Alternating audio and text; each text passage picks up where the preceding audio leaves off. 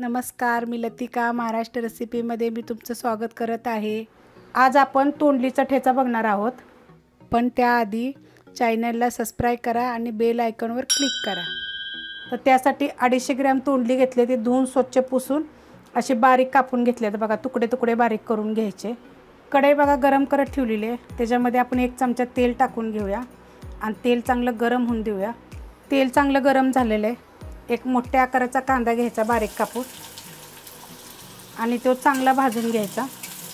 कांदा बघा असा भाजून घ्यायचा, कलर चांगला चेंज झाला पाहिजे आणि गॅस बारीक करते। आता फास्ट गॅसवर कांदा भाजला होता। तर आता ह्याच्यामध्ये बघा हिरवी मिरची मोठी, एक गड्डी लसूण, म्हणजे 20 ते 25 पाकळ्या लसणाच्या आहेत, अर्धा चमचा जिरे आहे आणि थोडंसं मोठं मीठ टाकलेलं आहे।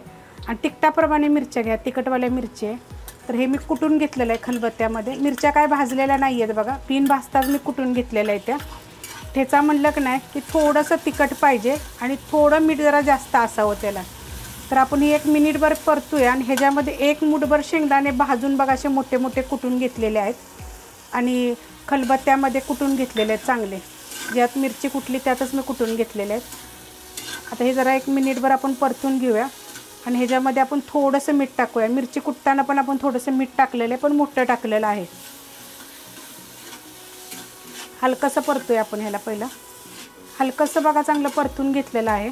आता ह्याच्यामध्ये हे तोंडली बघा एकदम बारीक कापलेली आहेत। जरी खिसून घेतली तरी पण चालेल, पण इतके छान लागतात चवीला। कवळी जरी घेतली ना तरी पण चालतात। आता हे चांगलं आपण मिक्स करूया। परतून घेतलेलं आहे बघा चांगलं। आपण पहिलं मिरची कुटताना मोठं मीठ थोडं वापरलं होतं, नंतर बघा थोडं टाकलं होतं। आता हे चवीपुरत, तर तुम्ही तुमच्या चवीनुसार मीठ टाका। तर हे 1 मिनिटभर आपण याला चांगलं हलवून घेऊया। मीठ टाकल्यानंतर मिनिटभर बघा चांगलं परतून घेतलेलं आहे। स्लो गॅसवर आपण हे केलेलं आहे। स्लोच गॅस ठेवायचा, कारण मीठ टाकल्यानंतर बघा असं बघा पाणी सुटल्यागत झालं वळलं। आता ह्याला ना आपण एक बारीक एकदम गॅस केलेला आहे, ह्याच्यावर एक 5 ते 10 मिनटं स्लो गॅसवर आपण झाकून ठेवूया आणि जरा वाफलून घेऊया। 5 ते 7 मिनिट झालेत बघा, एकदम बारीक गॅसवर ठेवलं होतं झाकून, एकदम स्लो गॅसवर ठेवलं होतं बघा। तर अशा पद्धतीने बघा हे झालेलं आहे। तर ह्याला अजून हलवून परतायचं थोडंसं, 1 मिनिटभर अजून आपण जरी परतलं नाही चांगलं तर ते चांगलं होतं। ह्याला काय पाणी बिणी टाकायची गरज नाही आहे।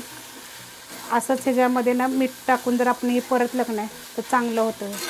तर तुम्हाला जर असे छोटे बघा किती छोटे तुकडे आहेत, नाही तर तुम्ही खिसून जरी केलं तरी चालतात। एकदम 1 नंबर चवीला लागतं हे। बाजरीची भाकरीवर, ज्वारीची भाकरी, तुम्ही वरण भाताला तोंडी लावायला असं जरी टिफिनला नेलं तर ही खराब होत नाही। 2 ते 3 दिवस ही भाजी अशीच राहते बघा। ठेचा असाच राहतो हा आणि एकदम चवदार लागतो। तर ह्याला आपण अजून 5 ते 7 मिनिट अजून ह्याला एकसारखं आपण परतून घेऊया। बघा हे 5 ते 7 मिनिट झाले, परत मी परतून घेतलेला आहे आपण झाकण काढल्यावर। आता गॅस बंद करते। हा आपला ठेचा झालेला आहे बघा। तर अशा पद्धतीनं ठेचा करून बघा, एकदम झणझणीत असा चविष्ट असा होतो। जर ही रेसिपी आवडली तर लाईक करा, सबस्क्राईब करा, कमेंट करा आणि शेअर बी करा।